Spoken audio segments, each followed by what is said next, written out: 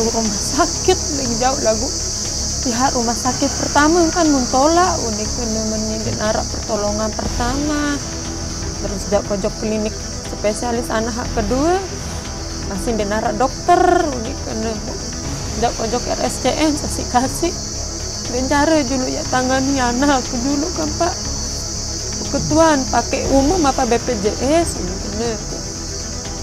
Terus dengan tua kan ya pakai umum ya bayar baik pokok sehat pire-pire suka bebayar.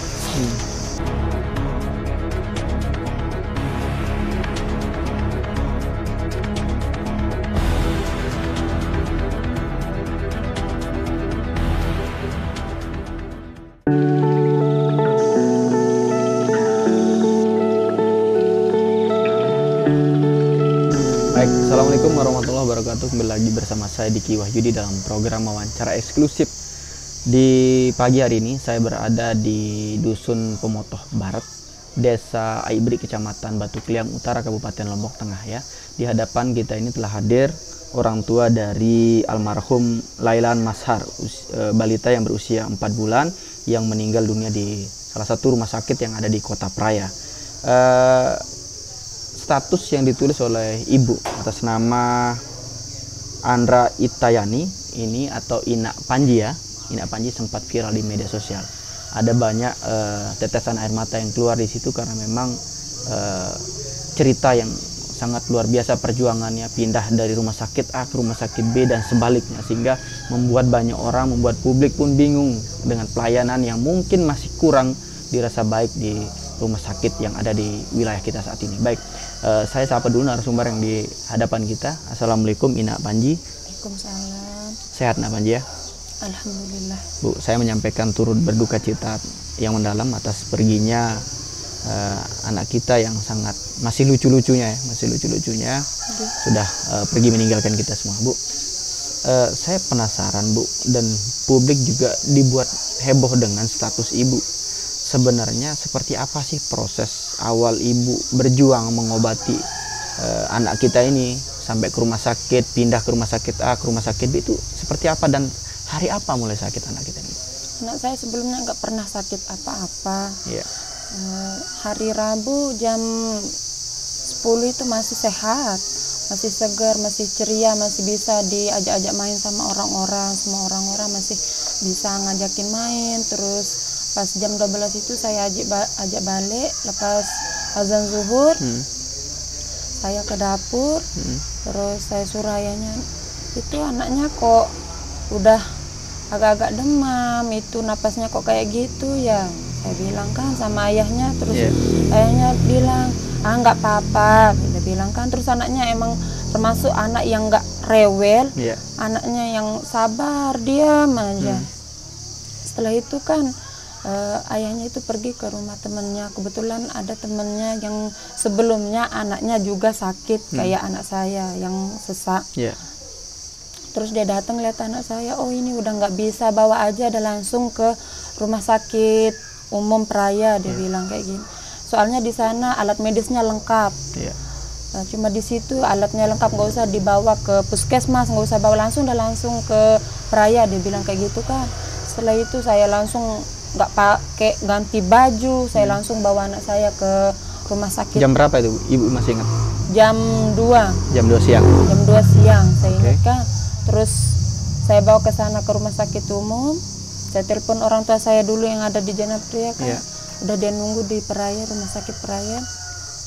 Setelah 30 menit nyampe di sana, saya bilang pas saya masuk di sana, ibu nggak boleh masuk, sebagian aja di sini yang boleh masuk keluarganya, ibu nunggu di luar. Tapi Pak, saya ini orang tua dari anaknya itu loh.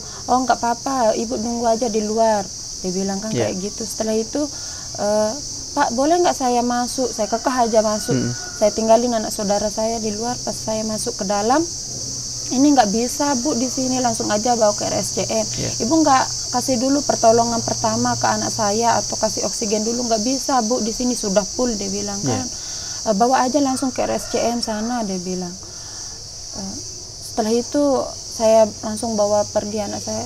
Pergi dah Ibu, ayo ke rumah sakit RSCM di sana, dah ayo, dia bilang kan kayak gini. Terus saya pergi ke di perjalanan saya ingat kan klinik spesialis anak, ada salah satu klinik spesialis anak. Di sana saya sempat masuk ke sana, tapi dokter spesialisnya belum ada di sana. Langsung dah ibu bawa ke RSCM. Itu kalau boleh tahu di rumah sakit mana? Klinik mana? Di klinik Yusra. Oh, depan Masjid Agung.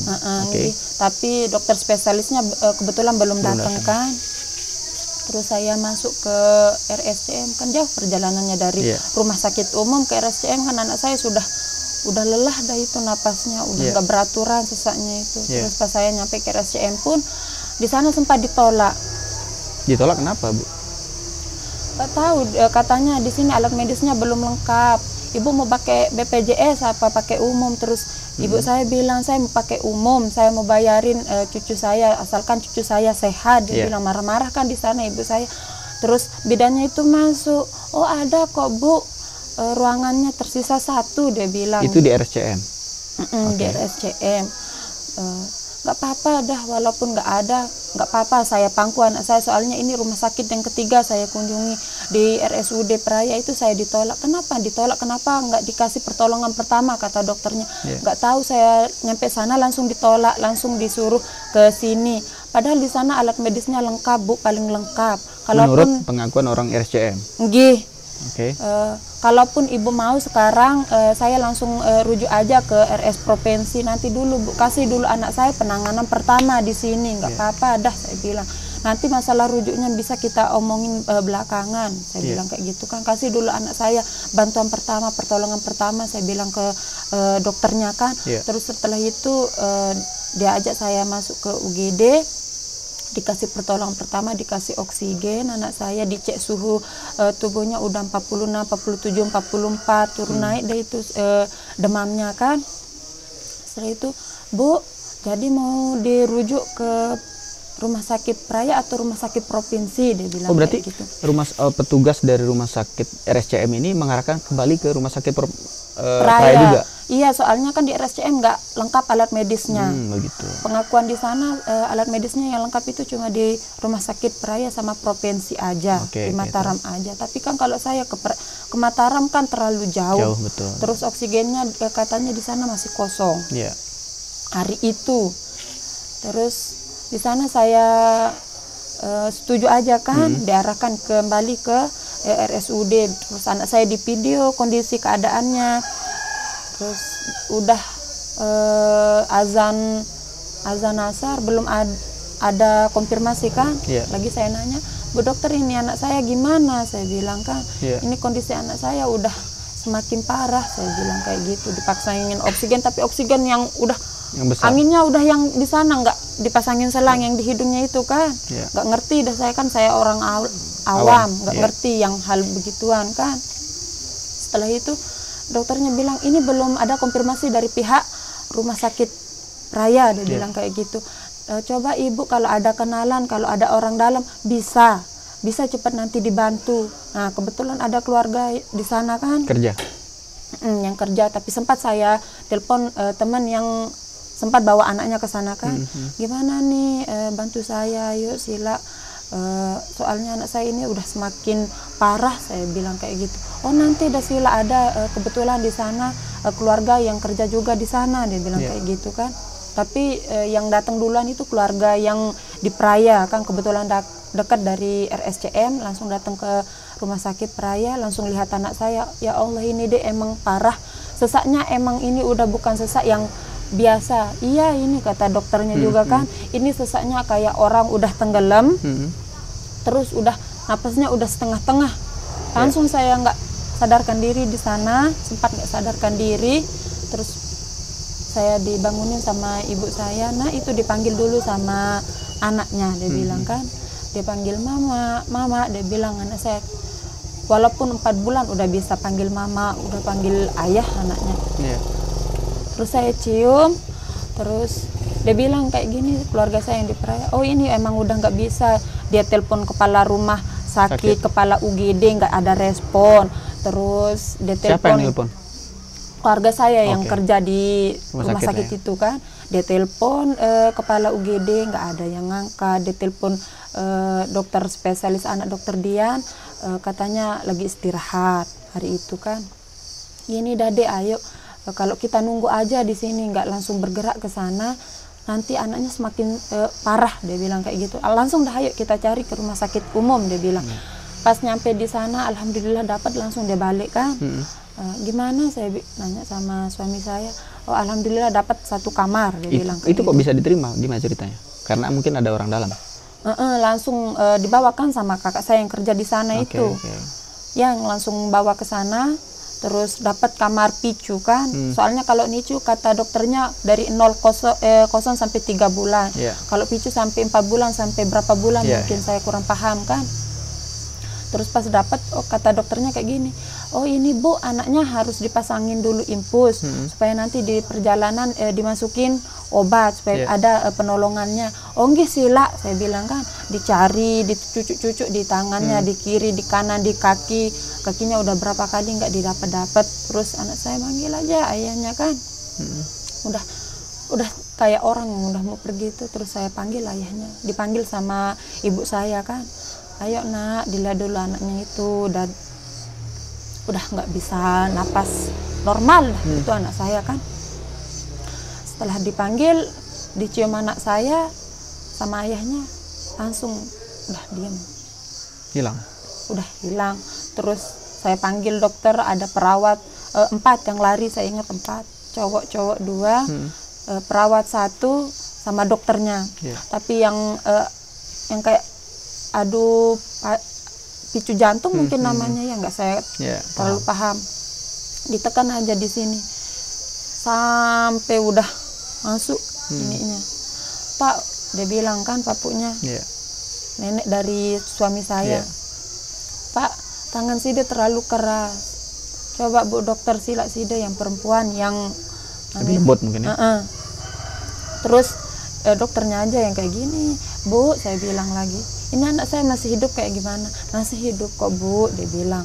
Terus saya nanya lagi ke kakak saya yang kerja di rumah sakit umum itu kan, ngebantu juga kan, gini-giniin kakinya. Ayo Dek, semangatin anaknya, dia bilang kan. Nak, sehat nak, saya bilang kayak gitu. Sehat pinter, saya bilang kayak gitu. Tapi udah nggak sadar, sama sekali nggak sadar. Terus orang-orang di sekitaran kan ikut juga nangis. Jadinya saya juga ikut nangis di sana.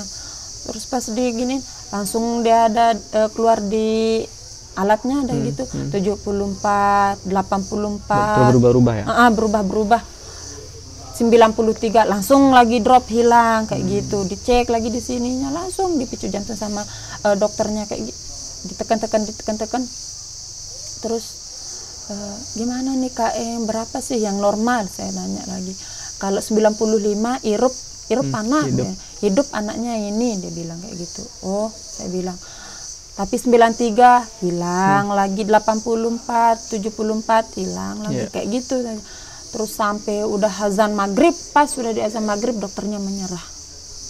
Maghrib berarti ibu pulang ke sini itu jam berapa sampai rumah? Maghrib itu kan sudah meninggal dunia kan? Terus pas maghrib itu kan dinyatakan sudah nggak ada sama dokter. Pas saya mau bawa balik, sebentar dulu Bu, dibayar dulu asuransinya, bayarannya lunasi dulu, nanti ibunya masuk dulu di sana. Ibu bayar berapa total? Saya kurang tahu, yang bayar kan suami saya. Saya udah nggak sadarkan diri di situ. Bu, saya bertanya, ini musibah sekali Bu ya, sangat ini musibah sebenarnya. Kapan Inak Panji menulis status itu? Apakah itu sesudah pemakaman, sebelum pemakaman, atau di perjalanan? Itu setelah tengah malam. Sudah meninggal dunia? Sudah meninggal dunia. Oke, kalau boleh ingat Bu, mungkin Ibu saya yakin pasti mengingat statusnya itu. Apa saja yang disampaikan dalam status di media sosial? Nggak apa-apa pakai bahasa Lombok sesuai tulisan yang di dalam. Wah, betul lagi jauh anak. Ini kena telur rumah sakit lagi jauh lagu. Pihak rumah sakit pertama kan mentolak, ini kena menindak pertolongan pertama. Terus kojok klinik spesialis anak kedua, masih dinarak dokter, ini kena kojok RSCM kasih. Dan cara julu ya tangani anak julu kan Pak. Ketuan pakai umum apa BPJS, ini kena. Terus dengan tua kena pakai umum ya bayahan baik, pokok sehat, pire-pire sih bebayah. Bahasa nak tua kelilau. Kepak kami izin. Ia mun mau terus kamar seki anak ke pejulu.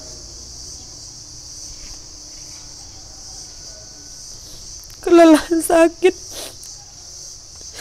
Kelelahan tahan nembok di si anak lagu denara penolongan pertama terlambat untuk tangani si pihak rumah sakit. Mau ketahuan wahia jalan, wahia kesanggupan, wahia takdir nana. Yeah.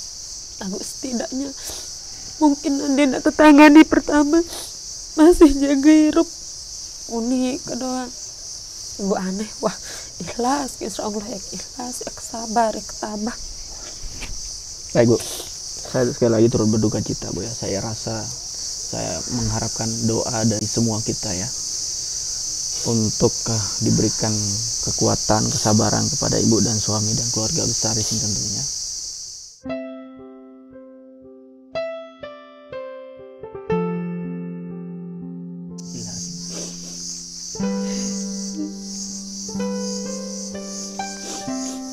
Di depan kita ini ya merupakan tempat anak dari Inak Panji dimakamkan di pemakaman keluarga ya, pemakaman keluarga tidak jauh dari rumah, samping rumahnya.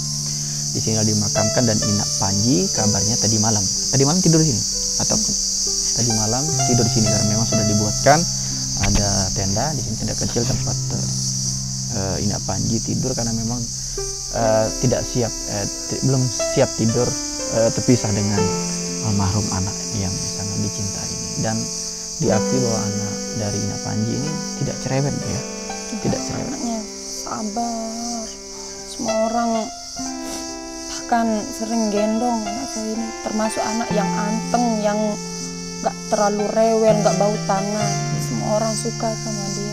Ya kita doakan semuanya. Saya berharap semua teman saya penonton Radar Mandalika untuk sama-sama kita mendoakan dan semoga ibu tetap tabah dan keluarga ya kuat. Anggap saja ini memang ini sudah garis dari anak kita yang sangat kita sayang. Baik, sampai ketemu di edisi berikutnya. Saya Diki Wahyudi pamit undur diri. Wassalamualaikum warahmatullahi wabarakatuh.